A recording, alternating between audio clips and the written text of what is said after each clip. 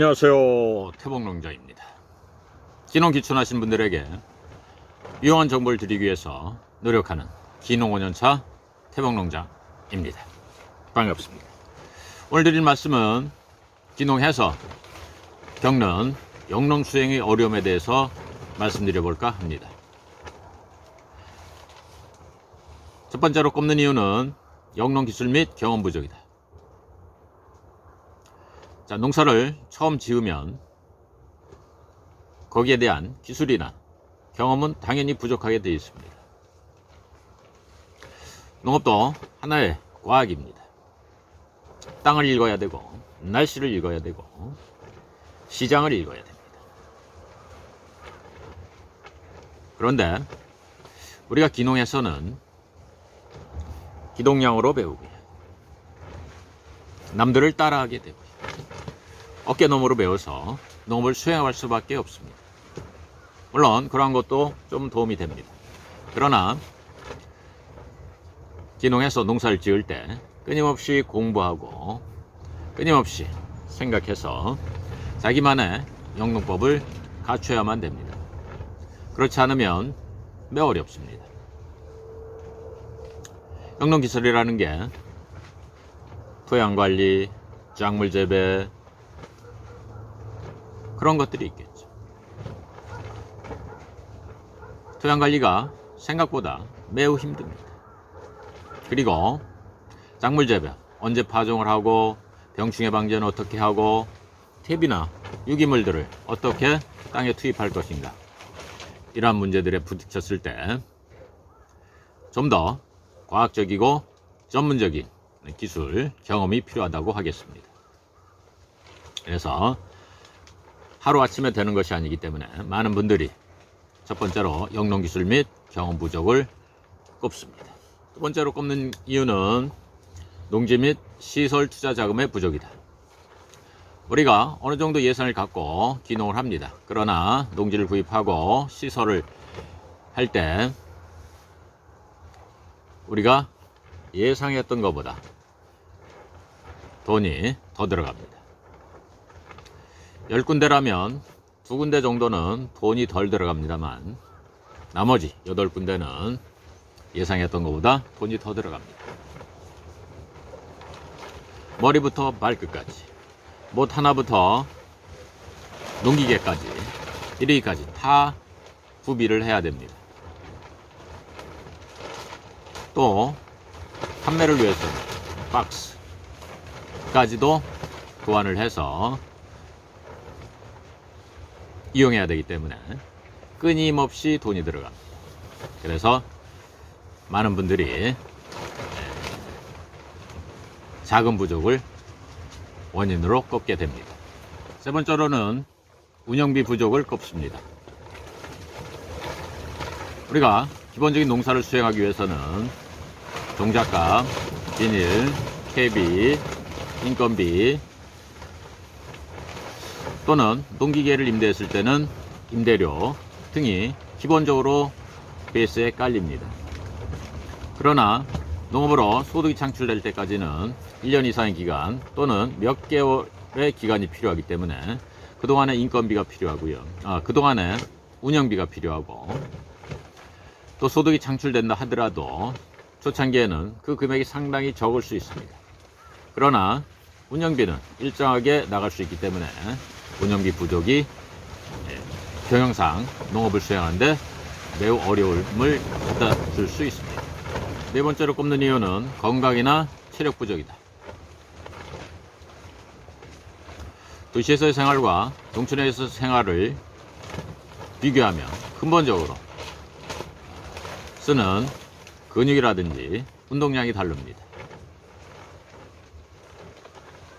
1시간 운동하는 것과 1시간 노동을 하는 것은 차이가 있다고들 하죠. 그래서 초창기 때는 저도 저녁 8시만 되면 골아 떨어졌습니다. 그리고 관절, 부분 등이 아파서 병원에 가서 주사 또는 물리치료를 받아야 했고요. 그래서 너무 체력이 약한 분들은 기농하는 것을 결코 권하지 않습니다. 그래서 자기가 적절히 건강이나 체력에 자신이 있을 때 기농하기를 당부드립니다. 재배 품목 팔로 보조입니다. 농산물을 생산했을 때 판매를 해야 됩니다. 그러나 어디에 어떻게 판매할까? 그래서 농산물을 생산하기 전에 반드시 나의 농산물을 어떻게 판매해야 할 것인가를 고민하셔야 됩니다. 저 같은 경우에는 가락시장 경매로 저희 채소를 출하합니다만 원하는 가격을 받는다. 쉽지 않습니다. 제가 원하는 가격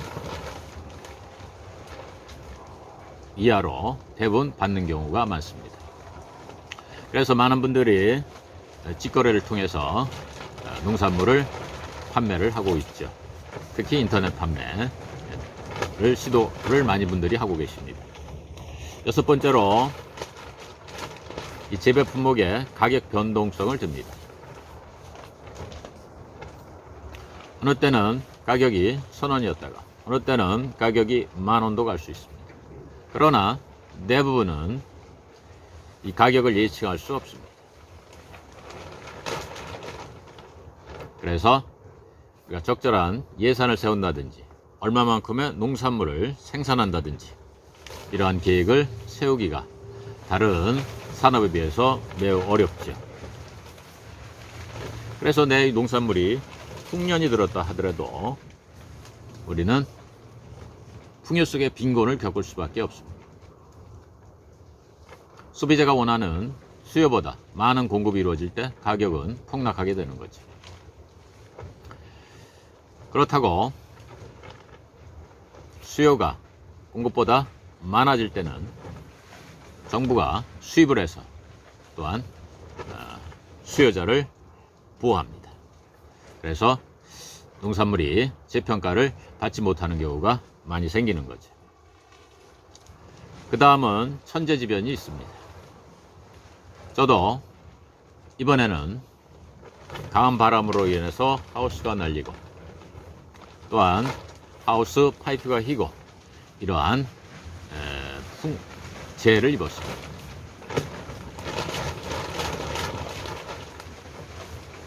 가슴 아픕니다.